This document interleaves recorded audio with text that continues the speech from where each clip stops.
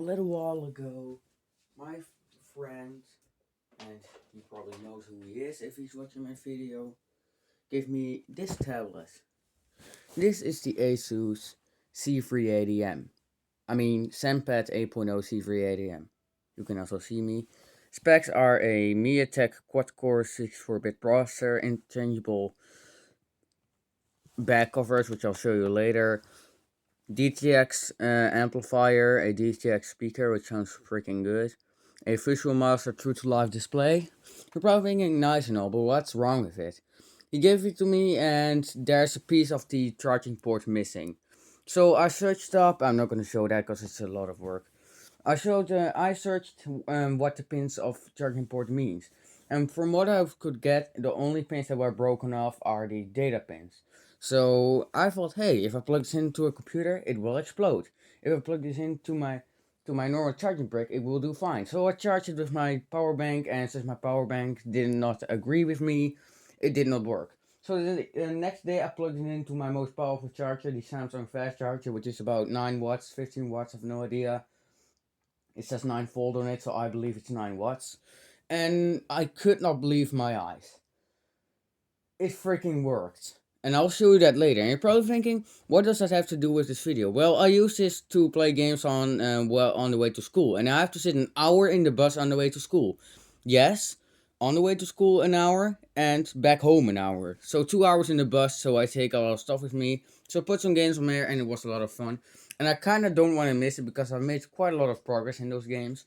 So I thought, hey, can I get this J1 from you that you gave to me a long time ago so I can root it and put the custom ROM in this for you? He said yes, and that's great because this one has the same GPU. Although that's a worse RAM, it has a way more outdated Android version. And I think that's basically it. I think the processor is actually kind of better. So I put a custom ROM on this, and I installed the Google Play service on it. It's now running Android 7, if you were wanting to know. And it keeps on rebooting because I forgot about that. This is not the phone's fault. I've installed it 3 times before, which I totally forgot about. I was really happy yesterday, so I just did it. Oh, it's fully broken, I guess, now. It would still boot up normally. The Lineage logo will show up. No boot loop, which I was kind of surprising. I don't have a lot of luck with Lineage ROMs at all. They boot loop a lot. I tried 2 Lineage ROMs, no, 3 Lineage ROMs on my S2, and all 3 of them boot looped, along with another Viper ROM, which I'm kind of pissed off from because I love that ROM. This guy, on the other hand, now fully works. It charges, but it doesn't charge fast at all. But that's no surprise because Asus is absolutely... These things are unkillable. I'm not kidding. If you don't believe me, you're probably thinking, that's just... That tablet is made out of new technology. It's from 2016. It will always live up to its name. It will always survive. No! Oh, and yeah, that's a boot up animation. I'll do a video on that as well. This super old lad, this thing is freaking huge. Made out of cheap plastic, is $200 tablet. And I also have a $200 Samsung tablet, the Tab E. It did not work, the Tab E. It doesn't show anything. I charged it the whole night and nothing. The only thing it does is heat up a tiny bit. This guy, I made 2 custom chargers to fit inside this port. And although it's technically a worse thing than this, all the pins work. It charges even slower, by the way, because it has a larger battery. 4,000 milliamp hours in this boy and 5,000 in this one. It does fully work. And exactly the day that I repaired this and I started putting all my apps on it, everything, I got my Galaxy Tab S. So yeah, I should have not repaired this thing. No, I'm just kidding. It's just great to see this thing working again. Although it is not my main tablet, which it should have been. And I have now this killer Galaxy Tab S. It's like all but gold. It basically is all but gold. I use this thing and it's going back to my friends, so sorry guys, I could not do a lot of videos on this. I had a lot of school, so sorry for a delay of videos. This thing is running Android 7. I'm not a particularly big fan of this display. I think colors are a little washed out and the grays are pretty darn bad. Gray and white, nah. It has a MediaTek MT88163. Weird number combination, I know. This is the only device ever, oh my god, See, that's an LED. It's an LED display as well, which is good, but nah, it's not one of the best. This is a MediaTek MT8163. It's the only device ever that released with this. Has a 800p display, which is okay, I guess. Charging goes pretty slowly. I kind of drained it from 44% yesterday, and I used it yesterday in the bus. I used it pretty much the whole hour in the bus, so the battery life is okay compared to what this thing has been going through. It's great battery life. Probably not particularly not as good as the Asus MemoPad. My MemoPad has a really good battery life, but charging it is an even bigger hassle than this thing. There's a 1 gig of RAM and a 8 gig storage version, but then I realized there's no way, and it was true.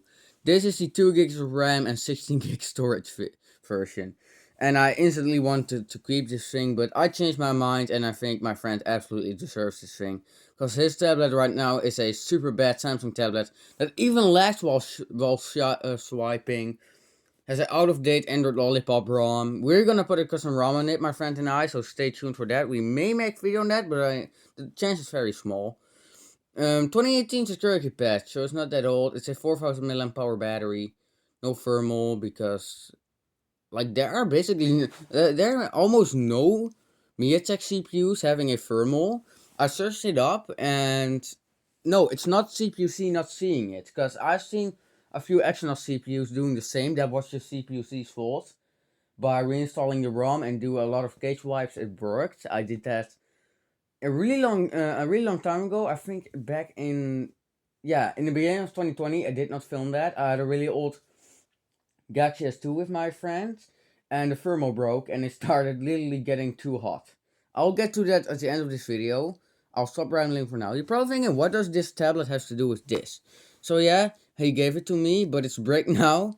It's also getting a little warm, so I may have to put out the battery so it actually powers off. Because yeah, this is an AMOLED and it's not cracked.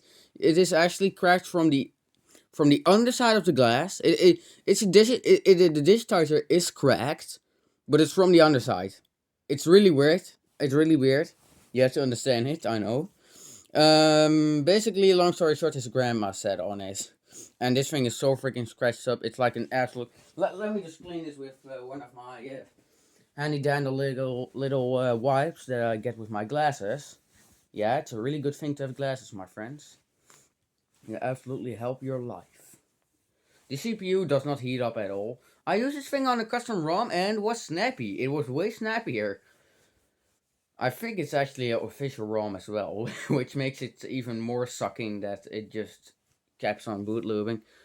Yeah, pretty darn scratched up, but I don't really care because this thing will be slammed in a backpack a lot of the times. Well, I was careful with this thing, don't worry. But my phone, after a year of use, has a lot of scratches from doing that.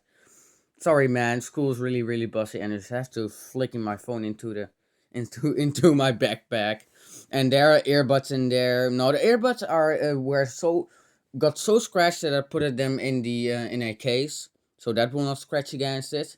So yeah, and I think this even has Gorilla Glass. So specs, my version is a NFC version, the Samsung SMJ120FN. There's a J120F ROM on it, which does not matter. But in some, I think it's normal that these buttons don't work because they've done gestures at double tapping its recent apps. But when installing the stock ROM from the J120F, these buttons don't work, and I had to install third-party apps. So yeah, if you have a NFC version, you can install the J120F ROM, but no NFC, obviously, which is to be expected. And these keys don't work anymore. So yeah. And my friend gave it to me, so that's nice. And this phone is made in the same year. This is the only Samsung phone I find ugly on the back. This back cover is too cheap. They could have just put a little coating on there. It's blah.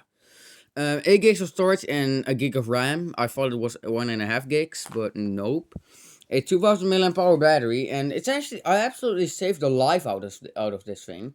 This thing did not want to charge. Whether it was on or not, it literally started draining on the charger. Even with my faster charger, I could not find my fast charger back then. 1 amp charger did not do anything. 2 amp charger started charging it really fast, It literally, I left it for an hour. It did not change any percent. Then I just turned it on and I could see it going percentages up. When I turned on the extreme battery saving mode, and it started draining after a little while. So yeah, I put the custom ROM on here. It did the custom ROM that was on here, I guess. Was the only ROM that worked. I have no idea why. Maybe it has incompatibility issues. I know Lineage has a high demand on having things per se because yeah, it's CyanogenMod. You have to ask them. I think they don't accept the NFC version because these buttons don't work, and I think they need a permission for that. And the motherboard doesn't let to because I guess these buttons are from a different manufacturer or something. I don't know. We'll have to see that when I may have to look up a video from someone showing the specs on hardware info HW whatever it's called to see if the buttons are made from a different brand. I think you can still see that even on Android 5. 2000 milliamp hour battery, a 43 inch screen. So yeah, I guess a little update on these phones. Um, why did I say these phones? Just this phone. I'll be making another video about some other stuff that you guys are gonna like. This thing is in absolute pristine condition in terms of the screen. I did not do this. This was already. I think I made a single scratch on the screen. Oh, and yeah, I took this thing apart to see if I can connect the battery from my memo pad to it. Yes, I'm that ridiculous. I tried it. It was a gigantic journey, but the connection was too short and the port did not fit. Oh, and by the way, when disconnecting the battery connector, never use a metal tool or a metal screwdriver. I literally, there was a spark coming from it, so yeah. And the motherboard is a really creepy Chinese thing that makes creepy noises. If you don't know what I mean, ask my friend. Yes, these are interchangeable. I like this texture, although it is freaking cheap. It's better than this. It's definitely better than the slab of plastic. I think this is made out of cheap aluminum, but it's aluminum, so yeah. ASUS ZenPad, my friends. They also had the C380X. So that's a more expensive model. And by the way, if you're wondering, no, they actually didn't sell the 1 gig of RAM with 8 gigs of storage version. Normally, if you get a phone that has a version with 3 gigs of RAM, 30 gigs of storage, but you can also buy 4 gigs of RAM, 64 gigs of storage, most of the time, you just can't buy it in your country. Those are most of the time for other countries. It's super rude, I know. Mostly Samsung does that. Samsung, I know you. It's ridiculous, I know. But sometimes they just don't do it at all. But selling selling the better version of this and not the worst version is like that. That's like making you even feel even better. So yeah, $200 tablet. I repaired it. I'll be giving this to my friend. I think this weekend. It's now currently Wednesday, I think, in my country. Let me just see. Come on. Yeah, Wednesday. So yeah, see y'all later.